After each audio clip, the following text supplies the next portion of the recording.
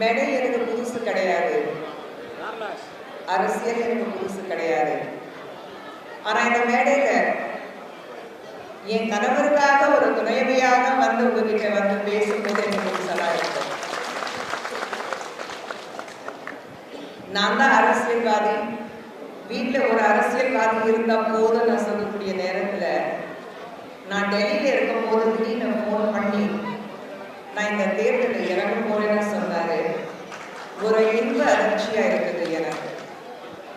என்னை பார்க்கும்போது எல்லாரும் சொல்லுவாங்க, அரசியல் நல்லா தான் பேசுறீங்க, ஆனா எனக்கு பின்னாடி என்னுடைய ஒவ்வொரு வெற்றிக்கும் ஒவ்வொரு போராட்டத்திலே ஜெயிச்சுட்டு வரும்போது எனக்கு பின்னாடி என்னுடைய பக்கபலமாக எனக்கு மிக பெரிய சப்போர்ட்டு என்னுடைய கணவர் சுந்தர் அவர்கள்.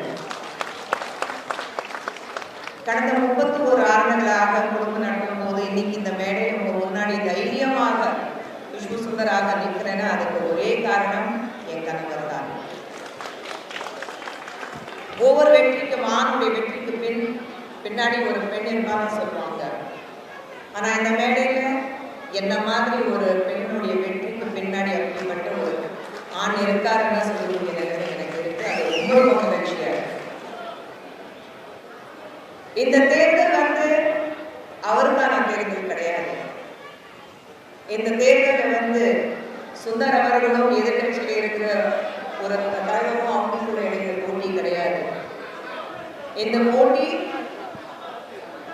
நியாயத்துக்கும் நிஜத்துக்கு போட்டி, போய் பித்தராட்டத்துக்கு எதிராக இருக்கிறது போட்டி. இந்த போட்டி மக்களுக்கு நல்லது யார் செய்வாங்க, மக்களை யார் இத்தனை வரண்டாக ஏமாத்திருக்காங்க, அதுதான் போட்டி. இந்த போட்டி நிச்சயமாக மதுரையில் வாழ்ற, மதுரை சென்ட்ரல் மத்திய மதுரையில் வாழ்ற மக்களுடைய நலனுக்காக இருக்கிறது.